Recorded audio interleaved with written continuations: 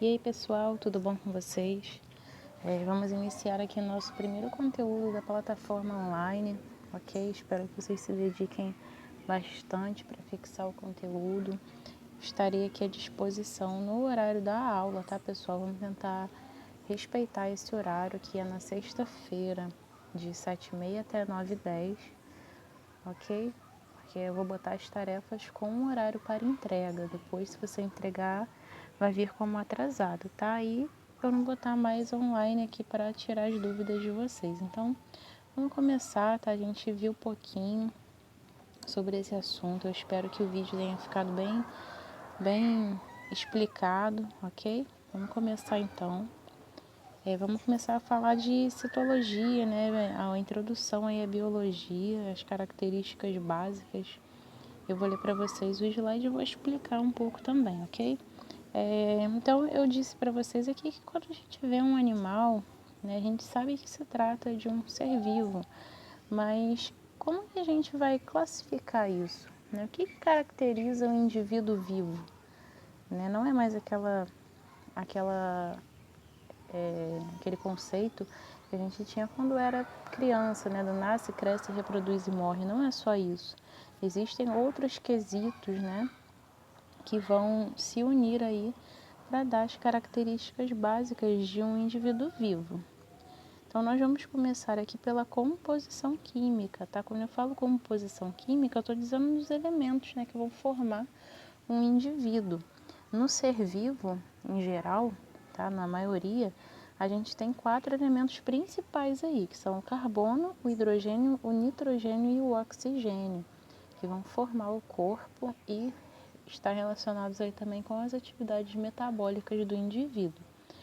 Sobre as células, né, a teoria celular, que a gente vai ver mais à frente, ela diz também que todo indivíduo vivo, obrigatoriamente, ele vai ter células, tá? Com exceção aí do vírus, que a gente está aí vivendo aí esse momento de pandemia, né, do vírus, ele não tem célula, né? A gente diz que ele é um hospedeiro, ok? Então, ele não é considerado um ser vivo total. Em relação a essas células, elas têm aquelas 3 partes básicas que a gente também aprende quando é criança, lá no 4º, 5º ano, que é a membrana, o citoplasma e o núcleo, certo? O material genético é o próximo ponto de uma característica básica de um ser vivo. Todo ser vivo, desde a formiguinha até um elefante, tem DNA, tem material genético, tá? Esse material genético ele vai transmitir para a próxima geração, para o próximo filhote, para o próximo indivíduo da geração, as características essenciais, né, básicas. Além disso, o DNA, né, o material genético, vai controlar as atividades dentro do núcleo, ou seja, vai comandar também a célula. Prosseguindo, nós temos aí o metabolismo, que eu falei com vocês há pouco. O metabolismo, resumidamente, é o conjunto de reações químicas que acontecem dentro do nosso corpo, tá? Servem para obtenção de energia e outras coisas, como a respiração também, tá bom?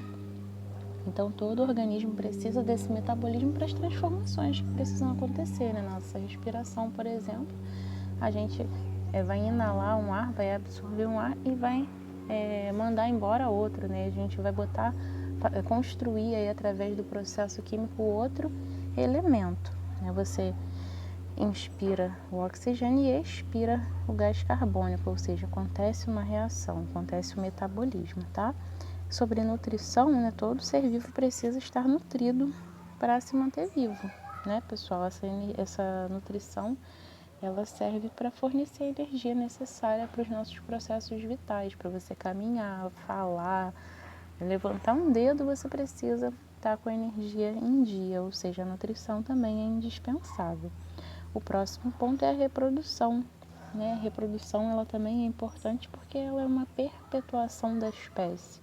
Quando o indivíduo para de se reproduzir, vamos supor que o ser humano parasse de se reproduzir agora, nesse exato momento. Daqui a 200 anos, a gente ia ter aí uma extinção do ser humano do planeta, né? Então, a reprodução, ela é importante para isso e todo ser vivo, ele é capaz de se reproduzir, ou seja, ele vai gerar descendentes.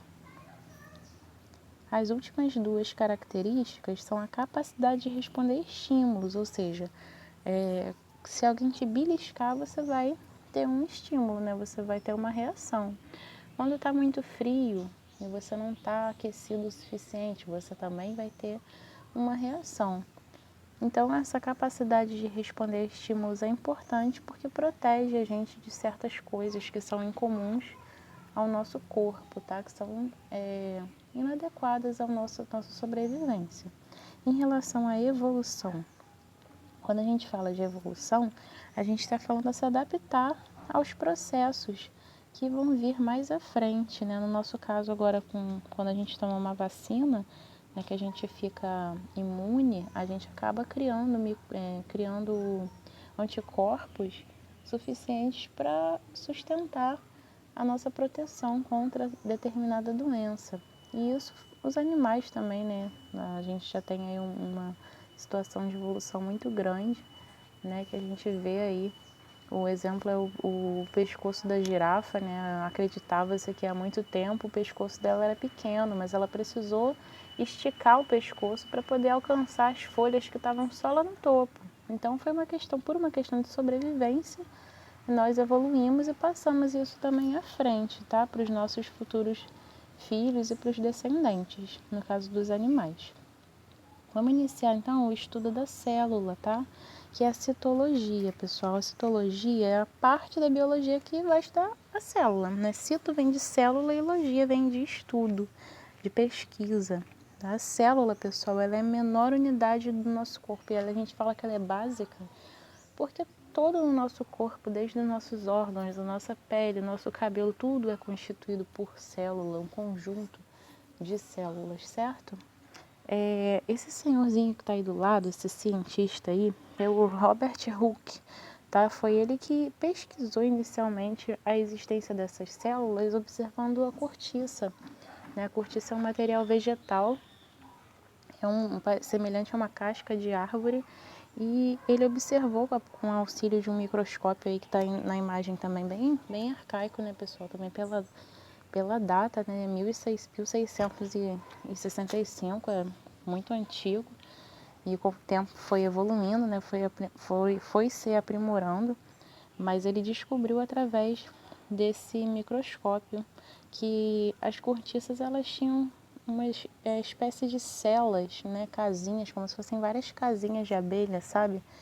E ele concluiu que todo ser vivo possuía aquilo depois de outros estudos que ele foi desenvolvendo, né? Todos eles apresentavam essa característica. Então ele concluiu, né, que todo ser vivo tem células a partir dessa observação. Tá? E o nome célula vem da palavra célula, né? Porque ele observou a cortiça e outros materiais e viu que pareciam células. Vamos prosseguir. Bom, falando sobre as células, né? Eu já falei para vocês que são as três partes principais, a membrana, o citoplasma e o núcleo, né, que são as partes básicas que todos nós sabemos, mas existem muito mais. Como, por exemplo, aí, vamos começar pela membrana, tem características que a gente ainda não sabe, né? A principal função da membrana, só para relembrar, a membrana é a parte externa da célula, ela vai envolver toda a célula externamente, ou seja, ela faz uma barreira contra organismos externos. Por exemplo, vou ler para vocês aqui e vou explicar. A função dela, da membrana, ela vai controlar tudo que entra e sai da célula. Tá? Nada entra e sai da célula ou sai da célula sem a permissão dela. Quando a gente fala isso, a gente está falando de uma capacidade chamada de permeabilidade seletiva. Eu vou dar um play aqui no vídeo para vocês observarem as setas, né? Observaram ali as setas brancas, elas estão apontando para dentro ou para fora da membrana, ou seja, a permeabilidade é quando você permite que algo entre, né? E seletiva é porque ela seleciona o que pode entrar e o que deve sair dela, certo? A membrana, pessoal, ela é formada de lipídios e de proteínas, tá? Os lipídios, eles formam uma camadinha dupla E as proteínas, elas estão inseridas nesses lipídios, tá? A gente fala também que a membrana ela tem esse modelo de mosaico fluido aí embaixo da imagem que eu botei para vocês. Como eu falei, né, bicamada fosfolipídica, ou seja, você tem fósforo e lipídio fazendo uma camada dupla, parece ter um fósforo, né? E as proteínas inseridas aí em roxinho mais escuro, tá? Então, a membrana é basicamente isso, tá, pessoal? Ó, palavra-chave. A membrana é a parte externa da célula e a palavra-chave é permeabilidade seletiva, que é a função dela, tá certo? Sobre o citoplasma é um cara bem simples. Ele é viscoso, tá, gente? É parecido mesmo com a clara da gema, a clara do ovo, que é bem viscosa, sabe? Quando tá cru. E ele vai abrigar as organelas, que são os pequenos órgãos que tem dentro da célula que vão realizar diversas funções. Super simples, tá? O material que forma o citoplasma é o hialoplasma. Agora sobre as organelas, vamos lá. As organelas, gente, a gente tem vários tipos. Os nomes são um pouquinho incomuns, mas vocês vão gravando com o passar do tempo, vão fixando o que eu sei. Eu botei bem resumido para não ficar muito estendido também o nosso vídeo, tá? Sobre a mitocôndria ela vai fazer na respiração celular. O que eu recomendo a vocês é estar com o caderno em mãos e ir fazendo um resumo, né? E anotando as palavras-chave, que aí fica mais fácil para estudar depois. O ribossomo, ele vai estar relacionado com a síntese de proteína. Aí, falando do ribossomo, eu vou partir para o retículo endoplasmático, que está ali embaixo, ó, meio vermelho e laranjinha. Existem dois tipos, tá? O liso e o rugoso. O liso, ele vai estar relacionado com a síntese de lipídio. E o rugoso vai estar responsável pela síntese de proteína. Olha que interessante. Quem é formada de lipídio e proteína? A membrana. Né? O retículo endoplasmático rugoso, ele vai ter esses ribossomos aí que a gente já viu aderidos lá na superfície dele, por isso que ele é rugoso, tem esse aspecto rugoso, que ele tem ribossomos na superfície dele, já o liso não tem. Sobre o complexo golgiense, ele tem como função, ele parece um monte de bolsa, tá vendo, gente? Ele vai ter como função secretar, ou seja, ele vai botar para fora, né? Ele vai fazer bolsinhas para levar para fora da célula o que não serve mais, ou seja, ele vai fazer a secreção. Prosseguindo aí, eu coloquei para vocês aqui o lisossomo, né, que eu falei agora que o complexo de Golgi, o complexo golgiense, ele faz essas bolsinhas e elimina, né, o que não serve mais. Essas bolsinhas são os lisossomos, tá? Os lisossomos, eles estão relacionados com a digestão também intracelular, ou seja, eles vão captar o que não serve mais para poder mandar embora.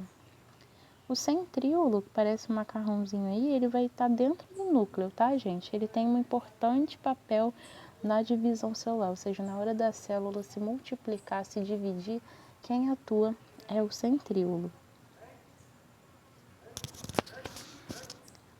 Vamos lá. Quando a gente estava falando agora das células e tal, existem dois tipos de célula, tá, gente? Em relação à estrutura. A célula animal e a vegetal, elas são extremamente parecidas. É óbvio, né, que a célula animal está presente nos animais e a vegetal nos vegetais. Só que a célula vegetal, gente, ela precisa de uma proteção a mais, ela tem estruturas que a gente não tem.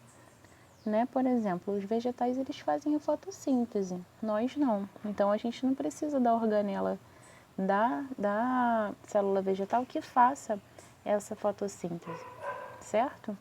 Além disso, a célula vegetal ela precisa ser muito rígida, né? Você vê que as árvores, os vegetais, as folhas, elas têm uma resistência, né? Elas são mais durinhas do que a nossa pele, né? Porque a gente tem proteção, temos pelos, né? E etc., segundo a evolução. Os vegetais não, faça chuva, faça sol, eles estão ali em pé, não podem sair dali, então eles precisam ser resistentes a mudanças de temperatura, vento, chuva, calor, tá bom? Então, essa resistência, né, vem aí da parede celular, tá bom?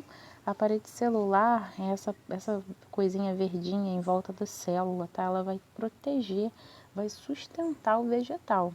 Ela é formada, gente, de celulose. Celulose é o material que faz o papel, né?